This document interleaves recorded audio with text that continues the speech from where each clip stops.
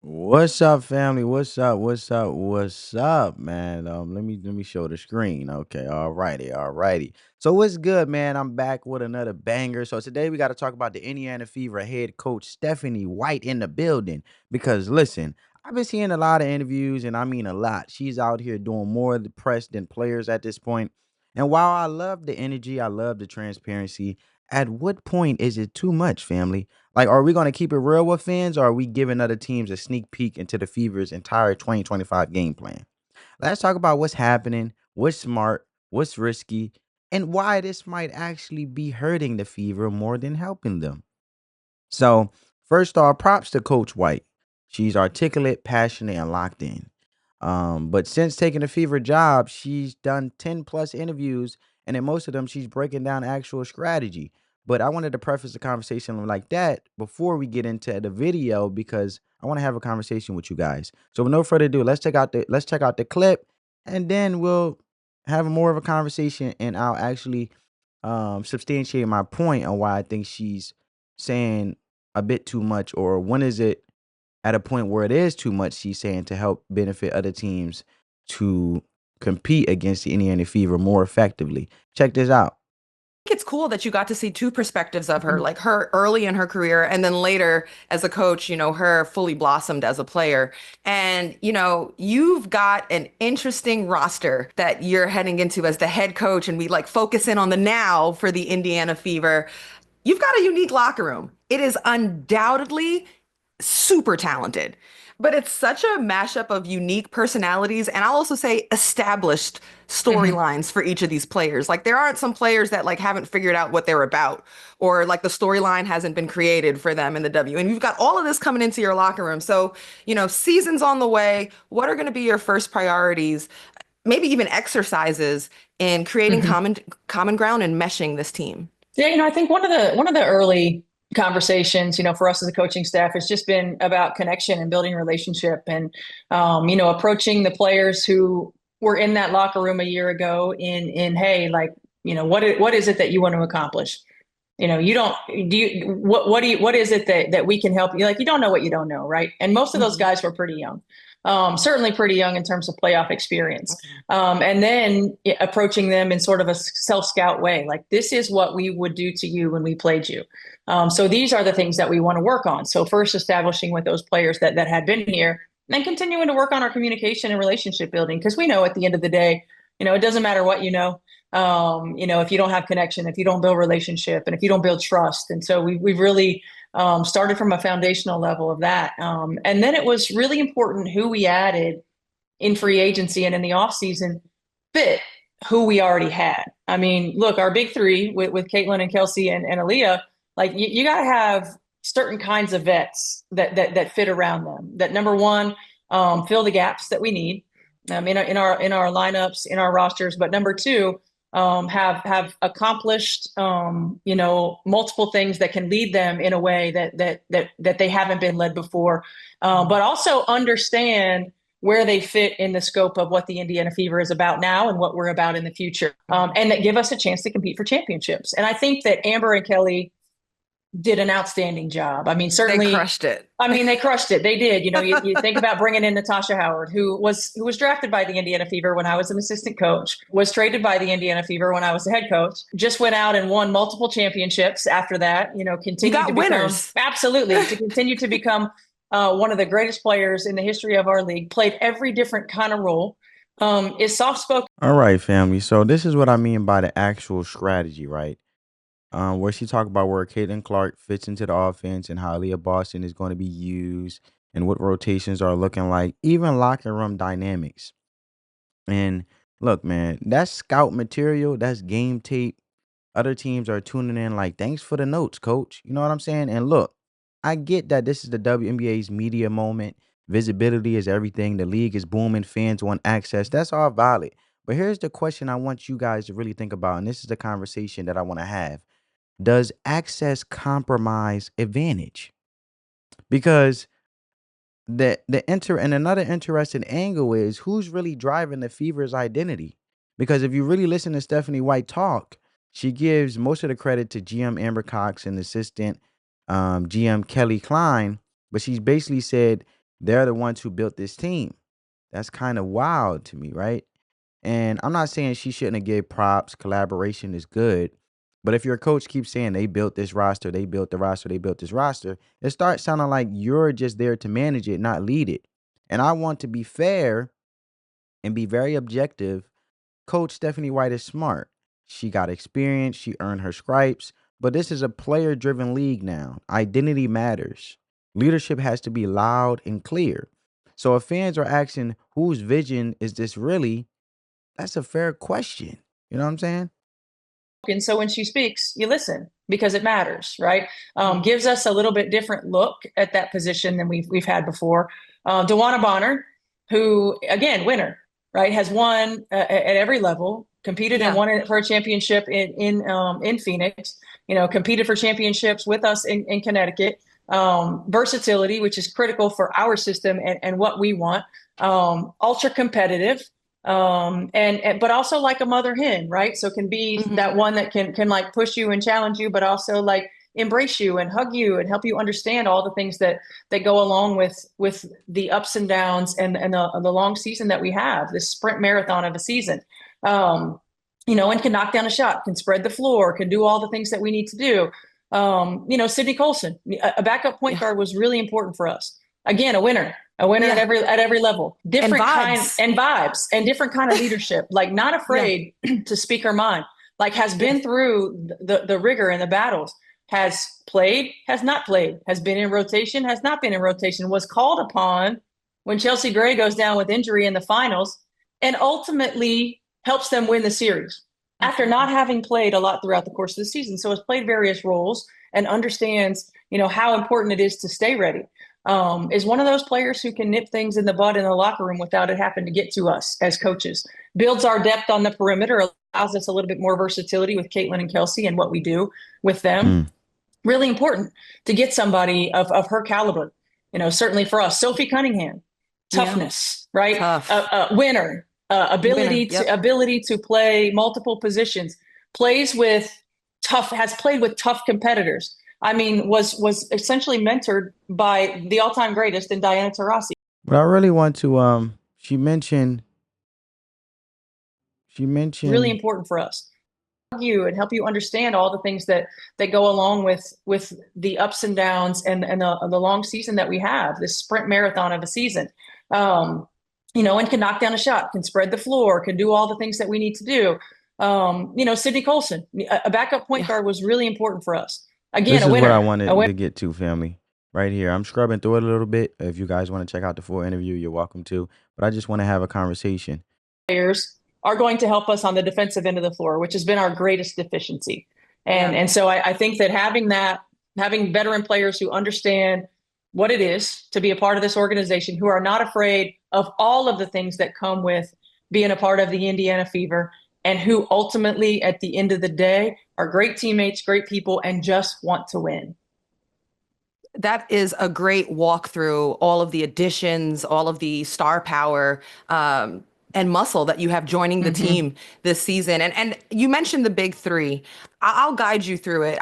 Let's start talking about them. Let's start with Caitlin Clark. You have a generational talent. Sometimes that word is thrown around, but I think it's really fitting here for Caitlin and her talent and her potential at the point guard position. So Caitlin Clark was on an alternate broadcast with Diana Taurasi and Sue Bird. And one of my favorite parts of it, so she's got a goal and she wants to have less technical fouls. That's a good goal. And you know, she plays with such passion and fire. And of course, sometimes that spills over and sometimes that can, you know, show very visibly, but a lot of times the passion is good. So like, what's your immediate reaction to that? Did Diana give her any advice? I think they were bragging on the types of texts they all got. I'm sure they were. You know, I think my initial reaction is look, like momentum changing technicals we can't have. The unnecessary ones, like we can't have.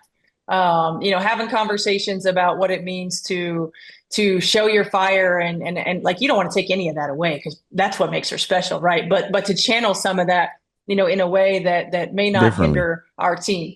The margin for error in this league to win a championship is so small. And if one technical in a game changes the momentum and causes you to lose it, that's big. So Makes sense because basketball, is a rhythm playing game, right? When you're in rhythm, things keep going, right? It's like a snowball effect. If you're in rhythm and um you have the right impression but also executing effectively, if you had the right mindset, let alone the game plan and how hard you also practice to prepare for the moment, right? Because at the end of the day, you want to be prepared so you don't get prepared. You don't have to get prepared. So it'll become natural when it comes time to be on the big floor, right? The wooden floor, the big game, because you've been doing it in practice, and also it's a natural rhythmatic flow. And as you find your flow and adjust accordingly against your opponent, it makes everything smoother. So the unnecessariness of self-inflicted wounds like technical fouls can definitely throw off the rhythm. when we get them, the timeliness of them, the ones that happen, in a heat of the moment, competitive, whatever. Okay, like yeah, we live with those. It's the nagging ones, right? Like the getting on the official and continuing to nag and nag and nag. Like that's my job. Yeah. That's my job. So I think for That's true. for me, it's helping her navigate the when to do it and when not to. Mm. Helping her maintain a constructive channel for a lot of that competitive spirit. And I think it's important for Caitlin to utilize Tamika Catchings because Catch was the same way.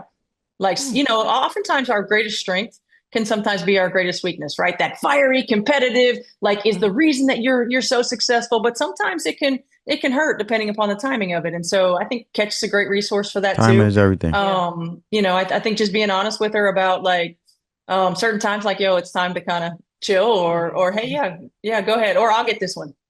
Right. Like I Yeah. get this one. Having those conversations. You don't want to stifle the things that make her great.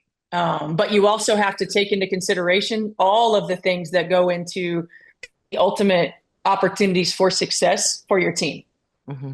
I think this is why it's so great that you're coach here because as a broadcaster covering you as a I'm coach. gonna scrub a little bit ahead to Aaliyah Boston. I want to get to the Aaliyah Boston thing. Her talking about Aaliyah Boston. Uh, Let me see. Here we go. This is the what I really want to get to. Um,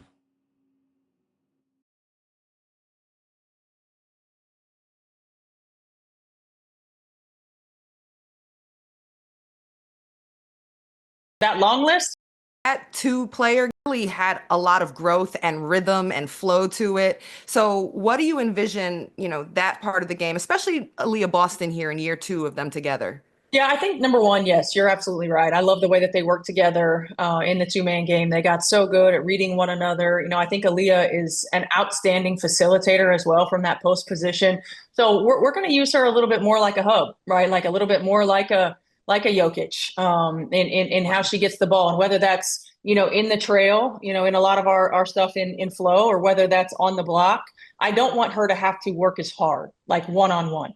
I don't want her to have to just, pound and body and dribble in a one-on-one situation to get shots. We want to make her life easier. How can we get her touches at the rim where she can just go right into to her finishes? How can we get her touches off the block where then we can run off-ball action and she can be a facilitator? Then she can get into other actions that allow her to move after she's gotten rid of it to get some easy buckets, as opposed to just everybody knows a strong side pick and roll is coming. So a little bit more movement, a little bit more usage in her in terms of facilitating, and a little bit more versatility in her game. I mean, challenging her to become a consistent, doesn't have to be high volume, but a consistent 3-point shooter, like looking for those, being able.